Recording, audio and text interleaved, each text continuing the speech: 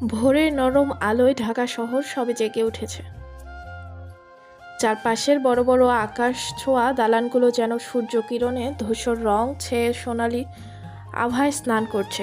কংক্রিটের কঠিন কাঠামোর মাঝেও প্রকৃতির কিছু সবুজ ছোঁয়া যেন প্রাণ এনেছে, যা সকালে শীতল বাতাস আর শিশিরের ঘ্রাণে মিশে এক স্নিগ্ধতা তৈরি করেছে। শহরের অলিতে গলিতে ততক্ষণে টুংটাং শব্দ তুলে চলছে অসংখ্য রিকশা, যা এই মহানগরীর চিরন্তন পরিচিতি। রওশন নিজের বিলাসবহুল গাড়ি নিয়ে বেরিয়েছে। পাশের সিটে বসে আছে উর্মি। রওশন এবং উর্মি মূলত রুশির জন্য নতুন ফোন কিনতে বের হয়েছে। ফোন কিনে শোরুম থেকে বের হতেই উর্মির নজর যায় পাশে ফুটপাতের ধারে থাকা ফুচকার দোকানের দিকে। টক ঝাল গন্ধ যেন নাকে যেতেই উর্মির ভিতরে জিভে জল চলে আসে। উর্মি চোখ বড় করে উৎফুল্ল হয়ে বলে ওঠে, আরে আরে, ওটা দেখুন ফুচকা। রওশন ভ্রু কুঁচকে বলল, কি দেখব? ওটা একটা ফুচকার দোকান। চলো তো, দেরি হয়ে যাচ্ছে, গাড়িতে ওঠো।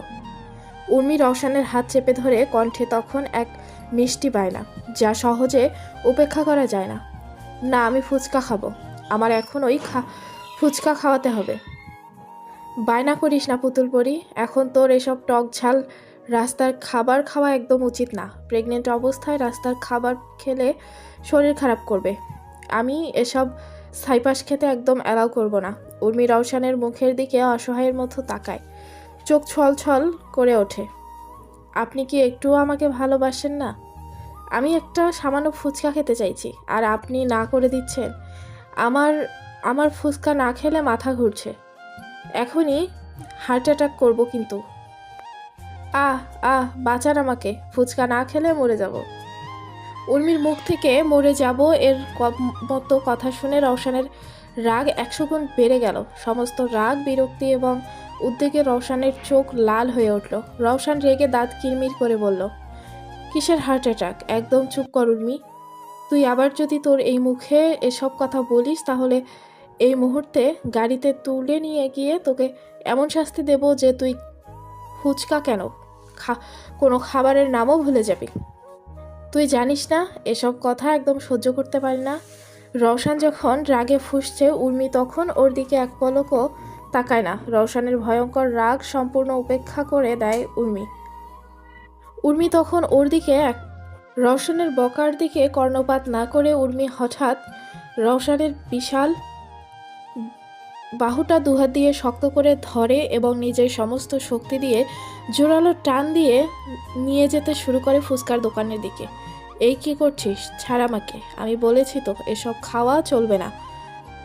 রওশন মনে মনে স্থির করেছিল যে সে এক চুলও নড়বে না, কিন্তু রওশন শারীরিক প্রতিরোধ সত্ত্বেও যেন মন্ত্রমুগ্ধের মতো চলতে শুরু করে। উর্মি রওশনকে টানতে টানতে নিয়ে যাচ্ছে, আর রওশন যেন উর্মির পেছনে পেছনে আপনি চলে যাচ্ছে। রওশন নিজের শরীরের এই স্বয়ংক্রিয় চলনে স্তম্ভিত হয়ে যায়, অথচ এই জায়গায় অন্য কেউ হলে রওশনকে এক চুলও নাড়ানোর ক্ষমতা রাখতে পারত না।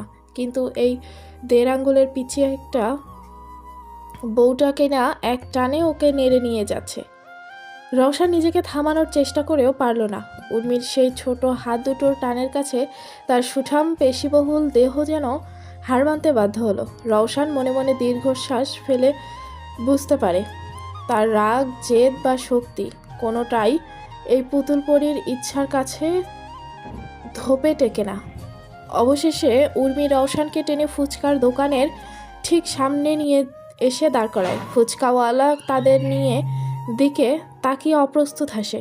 উর্মি বিজয়ের হাসি এসে বলল, এই দেখুন, কি বলেছিলেন খেতে দেবেন না?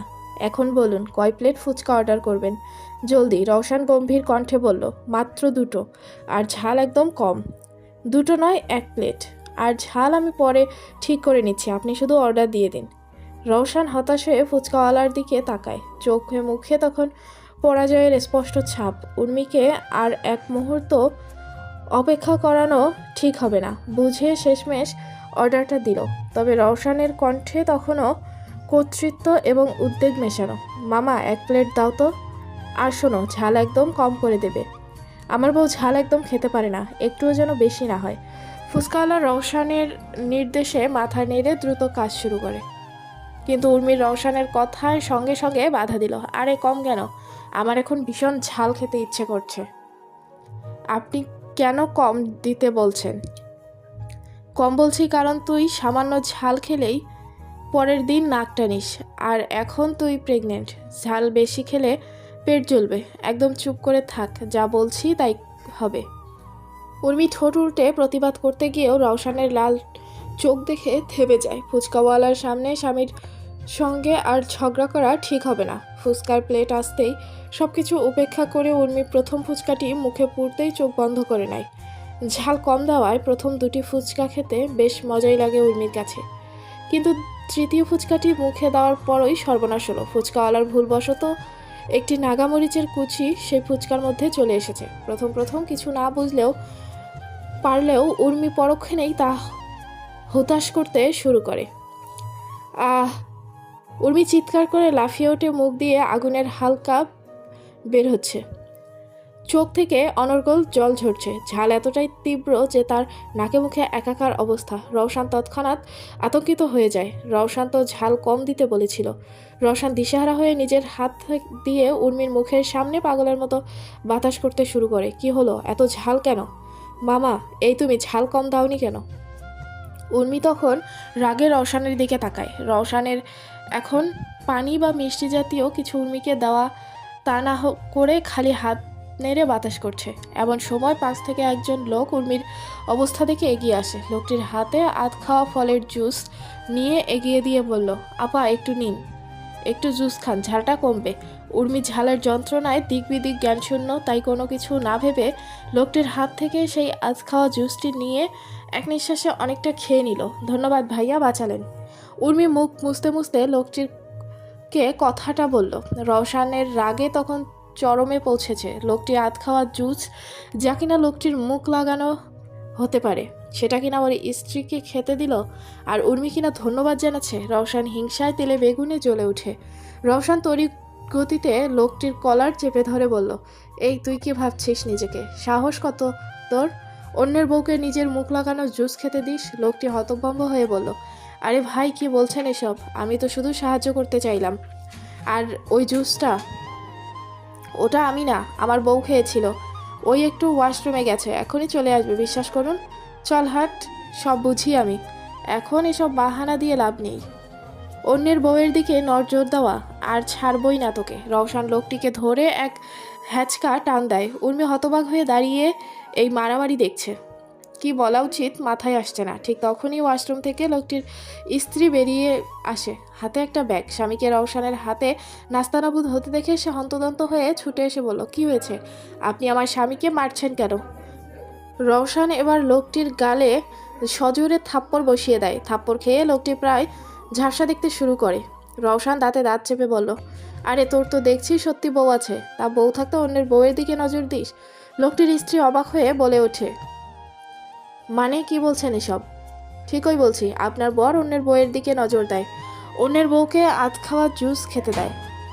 এবার লোকটির স্ত্রীর চোখ রাগে লাল হয়ে যায়। সে তার স্বামীকে সন্দেহের চোখে দেখতে আগে থেকেই, এখন তার হাতে নাতে প্রমাণ। লোকটির স্ত্রী চিৎকার করে বলল, কি, অন্য মেয়ের দিকে নজর দেওয়া? তুমি এখনও শুধরালে না? আরে না শোনা, আমি তো শুধু সাহায্য করেছিলাম, বিশ্বাস করো, আমি সত্যি বলছি। কিন্তু স্ত্রী তার কোনো কথা শোনে না। সে হাতে থাকা ব্যাগ দিয়ে লোকটিকে পেটাতে শুরু করে এবং সেখানে থেকে টেনে মারতে মারতে নিয়ে যায়। দাঁড়াও, দেখাচ্ছি মজা, আজ তোমার নজর দেওয়া বের করব। আরে আমি সত্যি বলছি, বিশ্বাস করো ডার্লিং। রওশান বিজয়ের হাসি এসে এবার উর্মির দিকে ফেরে। রওশান কঠোর কণ্ঠে বলল, খুব হলো ফুচকা আর অন্যের জুস খাওয়া, চলো এখন। উর্মির কথা না বাড়িয়ে চুপচাপ গাড়িতে উঠে যায়। গাড়িতে ওঠার পর রওশান শটান একটা সুপার শপে ঢুকে পড়ে। সেখান থেকে ফলের জুসের একটি পুরো কার্টুন কিনে আনে। কার্টুনে 1 লিটারের 20টি বোতল ছিল। উর্মি গাড়ির ভেতর থেকে এ দৃশ্য দেখে অবাক হয়ে যায়। শেহনাজ ভিলা, বাড়ির সবাই নিজ নিজ কাজে ব্যস্ত। রওশান উর্মিকে নিয়ে সোজা রুমে গেছে। বেশ কিছুক্ষণ হয়েছে। রুমের সোফায় উর্মি গুটি গুটি মেরে বসে আছে। ঠিক তার সামনেই রওশান বসে আগুন চোখে উর্মির দিকে তাকিয়ে আছে। রওশান জুসের সেই বড় বাক্সটা উর্মির সামনে রেখেছে। উর্মি সেদিকে তাকিয়ে ভয়ে ঢোক গিলে নেয়। এই নে উর্মি, তুই অন্যের দেওয়া জুস খেয়েছিস না, এখন এই 20 বোতল জুস খাবি আমার সামনে, একটাও যেন বাকি না থাকে। তোর যত জুস খাওয়ার শখ আছে সব আজ মিটিয়ে দেব। এ কি বলছেন, এতগুলো জুস? এটা তো সম্ভব নয়, বরং অসম্ভব ব্যাপার স্যাপার। রওশান তো নাছোড়বান্দা, ধমকের স্বরে বলল, খেতে বলছি, শুরু কর। রওশানের ধমকে উর্মি কাঁপতে কাঁপতে একটি বোতল খুলে এক ঢোকে খানিকটা খেয়ে নেয়, কিন্তু ফুচকার ঝাল, প্রেগনেন্সির দুর্বলতা আর এতগুলো জুসের ভয় সব মিলিয়ে তার শরীর বিদ্রোহ করলো। উর্মি সঙ্গে সঙ্গে ওয়াক ওয়াক করতে শুরু করলে রওশান আতঙ্কিত হয়ে এগিয়ে আসে, তবে তখনই ঘটে বিপত্তি। উর্মি রওশানের গায়ের উপর বমি করে বসে। রওশান হতভম্ব হয়ে তাকিয়ে থাকে। সরি, আমি বুঝতে পারিনি, আপনি রাগ করবেন না প্লিজ। ইস, আপনার সারা বডিতে আমার খুব খারাপ লাগছে, রাগ করবেন না প্লিজ। উর্মির দুর্বল শরীর আর ভয় পাওয়ার মুখ দেখে রওশানের মনে সামান্যতম রাগও জন্মায় না। রওশানের কাছে উর্মির সুস্থতা প্রধান। রওশান তৎক্ষণাৎ শান্ত উদ্বিগ্ন স্বরে বলল, রাগ করবো কেন, চুপ করো, কি হচ্ছে তোর? শরীর খারাপ লাগছে খুব। রওশান নিজের গায়ে বমি লেগে থাকার কথা ভুলে গিয়ে দ্রুত উর্মিকে সোফা থেকে কোলে তুলে নেয়। উর্মিকে নিয়ে দ্রুত বাথরুমের দিকে চলল। বাথরুমের বেসিনের সামনে উর্মিকে নামিয়ে দেয়। রওশান প্রথমে আলতো করে উর্মির মুখ ধুইয়ে দেয়, উর্মির মুখে একটু পানি ছিটিয়ে দেয় যাতে উর্মির খারাপ লাগা কমে। এখন কেমন লাগছে? একটু ভালো লাগছে। উর্মির মাথা নেড়ে হ্যাঁ বলল। রওশান এবার উর্মিকে পাশে বাথটাবের উপর বসিয়ে দিয়ে ভেজা শার্টটা খুলে ফেলে নিজের শরীরটা শাওয়ারের নিচে ধরে দ্রুত নিজেকে পরিষ্কার করতে থাকে, কিন্তু বারবার রওশান উর্মির দিকে তাকাচ্ছিল। উর্মি রওশানের দিকে লজ্জায় তাকানোর সাহস পায় না। এরপর রওশান নিজের তোয়ালে উর্মির মুখ মুছিয়ে বলে ওঠে, তোকে আর এতগুলো জুস খেতে হবে না, আর তোর এই ফুসকার শখও আজ মিটে গেছে। এখন চল তোকে শুইয়ে দিই। উর্মি তখনও ভয়ে রওশানের চোখে চোখ রাখতে পারছে না, কারণ উর্মি জানে রওশান নিজের শরীরের যত্নে কতটা খুঁতখুঁতে। তা বুঝতে পেরে রওশান উর্মির চিবুক তুলে ধরে বলে, এভাবে ভয় পাচ্ছিস কেন? তুই কি ভেবেছিস এই সামান্য বমির জন্য তোর পুতুল বর তোর ওপর রাগ করবে? না, এমন না। আচ্ছা চল, রেস্ট নিবি আর কোনো কথা না। রওশন উর্মিকে আবার কোলে তুলে নিল এবং রুমে এসে উর্মিকে বিছানায় শুইয়ে দেয়। নতুন ফোন পেয়ে রুশি স্টাডি রুমে বসে সমস্ত ফিচার অন করে দেখতে শুরু করে। নতুন ফোন পেয়ে রুশির চিন্তার অবসান্ত হয়েছে বটে, তবে এখন এটা ভাবতে হবে আগে ফোনের কথা জিজ্ঞেস করলে রুশি কি উত্তর দেবে। ভাবতে ভাবতে রুশির মাথায় ঝিম ধরে যায়। এমন সময় ডালপুরি চিবোতে চিবোতে ক্যাসপার সেখানে আসে। মুখ ভর্তি ডালপুরি এখনই বেরিয়ে আসার উপক্রম। রুশিকে গভীর চিন্তা করতে দেখে ক্যাসপারও চিন্তার পড়ে যায়। মুখ ভর্তি খাবার গিলে রুশির সামনে চেয়ারে বসে যায়। রুশি বিরক্ত হয়ে তাকিয়ে জিজ্ঞেস করে, কি হলো, আপনি এখানে কেন? না তেমন কিছু না, জাস্ট তোমাকে কিছু কথা বলার ছিল। ক্যাসপার লজ্জাময় ভঙ্গিতে কথাটা বলে। রুশি ভ্রু কুচকে জিজ্ঞেস করে, কি কথা? ক্যাসপার হঠাৎ হাঁটু মুড়ে বসতে গিয়েও বসে না, কারণ পকেটে থাকা সিঙ্গারা ভেঙে যাবে। অবশ্য ক্যাসপার বাংলাদেশে আসার পর খাবার নিয়েই ব্যস্ত। সোফায় বসেই হাত বাড়িয়ে দিয়ে বলল, রুশি, আমি একদম পিওর সিঙ্গেল। বিশ্বাস করো, আমার জীবনে সঙ্গী বলতে ছিল শুধু সিঙ্গারা, কিন্তু এখন তুমি এলে। কি বলতে চাইছেন আপনি? বলছি ওয়েট।